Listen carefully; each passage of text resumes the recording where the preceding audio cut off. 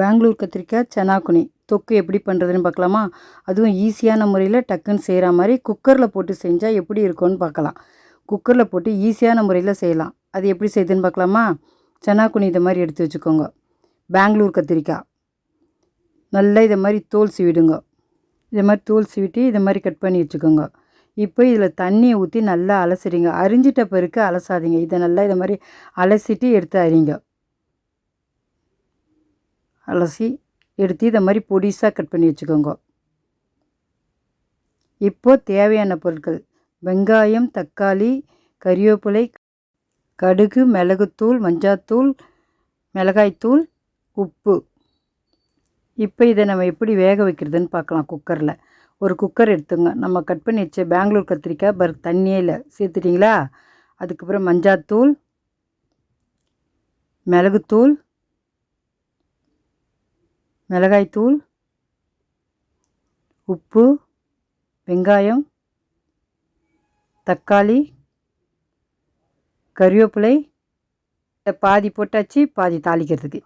இப்போ கொஞ்சம் போல் தண்ணி ஊற்றுங்க. இது பாருங்க, கொஞ்சோண்டு தண்ணி தான், ஒரு 3 ஸ்பூன் ஊற்றிட்டா போதும். ஒரே விசில் தான் பாருங்கள், ஒரே விசிலில் நிறுத்தியாச்சு. காய் எப்படி வந்திருக்கு பாருங்கள், ஒரு விசிலே காய் வெந்துடும். கொஞ்சம் தண்ணி இருக்குது, அது நம்ம தாளிக்கும் போது சரியாயிடும்.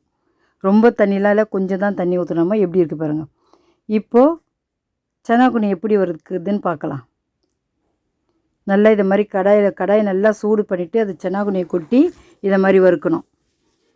முதல்ல கடாயை நல்லா சூடு பண்ணிவிடுங்க, அப்போ தான் ஈஸியாக வறுக்க முடியும். ஏற்கனவே நான் சனாக்குனி எப்படி வறுக்குதுன்னு சொல்லியிருக்கேன். இப்போ பாருங்கள், இதே மாதிரி செய்யுங்க.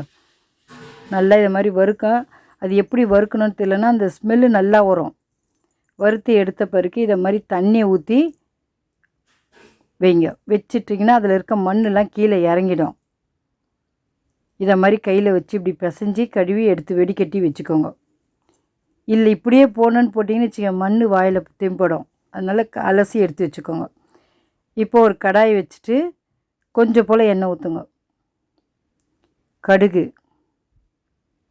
இப்போ கறிவேப்பிலை. இப்போ நம்ம குக்கரில் வேக வச்சோம் பாருங்கள் பெங்களூர் கத்திரிக்காய், அதை எடுத்து இதில் சேர்த்துட்டு இதை மாதிரி நல்லா கலக்கிடுங்க. கலரி விடுங்க. பார்த்தீங்களா, கொஞ்சம் தான் தண்ணி இருக்குது, நம்ம கொஞ்சம் தான் ஊற்றணும், ஆனால் தண்ணி கொஞ்சம் இருக்குது. இப்போ இதை நம்ம செய்யும்போது சரியாயிடும். இப்போ நம்ம சனாக்குனி அலசி வறுத்து வச்சுருந்தோம் பாருங்கள், அதை எடுத்து இதில் சேர்த்துருங்க. இதை மாதிரி சேர்த்துட்டு கொஞ்ச நேரம் 2 கொதி கொதிக்கட்டும். கொஞ்சம் கலரி விடுங்க, இல்லைன்னா தீஞ்சிரும். இப்போ நீங்கள் என்ன செய்றீங்க, போட்டு ஸ்லோவில் வச்சு கலர்னிங்க. இப்போ என்ன பண்ணுறீங்க, வேகமாக வைக்கிறீங்க.